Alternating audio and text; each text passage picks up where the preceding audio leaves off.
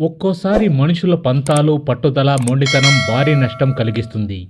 ఇక సినిమాల విషయానికి వస్తే ఆర్థిక నష్టం భారీగానే ఉంటుందని చెప్పవచ్చు. ఇక సినిమా ప్రమోషన్ల వేదికలపై కొందరు హీరోలు లేదా నటులు ఈ మధ్య కాలంలో చేస్తున్న కొన్ని కామెంట్లు, మాట్లాడుతున్న పిచ్చి మాటలు సినిమా నిర్మాతలకు నష్టం తెచ్చిపెడుతున్నాయి. ఇక కొందరేమో తాము పొరపాటుగా మాట్లాడామని సారీ చెబుతుంటే, కొందరు మాత్రం తాము మాట్లాడింది కరెక్టే నంటూ క్షమాపణ చెప్పబోమంటూ మొండికేస్తున్నారు. ఇక దీంతో ఆ సినిమాలు నష్టపోతున్నాయి. ఇక ఇటీవల కాలంలో కొందరు సెలబ్రిటీలు చేస్తున్న పిచ్చి వ్యాఖ్యలు సినిమాలకు తలనొప్పిగా మారుతున్నాయి. ఇక లైలా ఫ్రీ రిలీజ్ ఈవెంట్లో కమెడియన్ పృథ్వీ చేసిన వ్యాఖ్యలతో వైసీపీ మద్దతుదారులు బాయ్కాట్ లైలా అంటూ పిలుపునిచ్చారు. ఇక చివరికి హీరో విశ్వక్సేనే కలగజేసుకుని క్షమాపణలు చెప్పినా కూడా విశ్వక్సేన్ నటించిన లైలా మూవీ డిజాస్టర్ అయింది.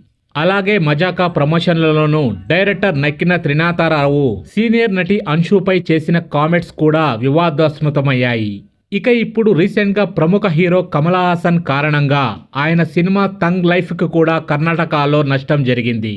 తంగ్ లైఫ్ సినిమా ప్రమోషన్ల కార్యక్రమంలో కమల్ తమిళ భాషను ఆకాశానికెత్తి కన్నడ భాషను కించపరిచేలా మాట్లాడాడు.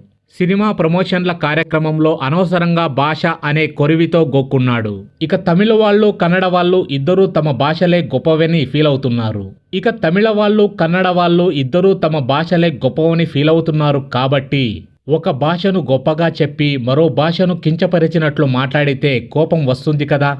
ఇక ఇప్పుడు అదే జరిగింది. కన్నడ వాళ్లకు కోపం వచ్చింది. అందుకే కమల్ హాసన్ మీద రెచ్చిపోయి రగిలిపోతూ ఉన్నారు. ఇంతకు కమల్ హాసన్ ఏమన్నాడంటే, తమిళం నుంచి కన్నడ పుట్టింది అన్నాడు.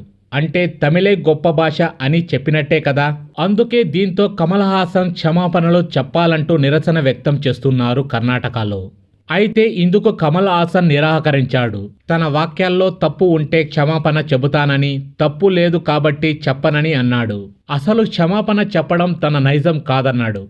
తాను అన్ని విషయాలు తెలుసుకునే మాట్లాడానని అన్నాడు. ఇక కమల్ హాసన్కు తమిళ చిత్ర పరిశ్రమ అండగా నిలబడింది. అందుకే దీంతో కర్ణాటకలో కన్నడ ప్రజలు మండిపోతున్నారు. ఇక కమల్ హాసన్ చిత్రం తంగ్ లైఫ్ విడుదలపై Karnataka film chamber of commerce సంచలన నిర్ణయం తీసుకుంది. కర్ణాటకలో సినిమా విడుదలపై నిషేధం విధించినట్లు ప్రకటించింది.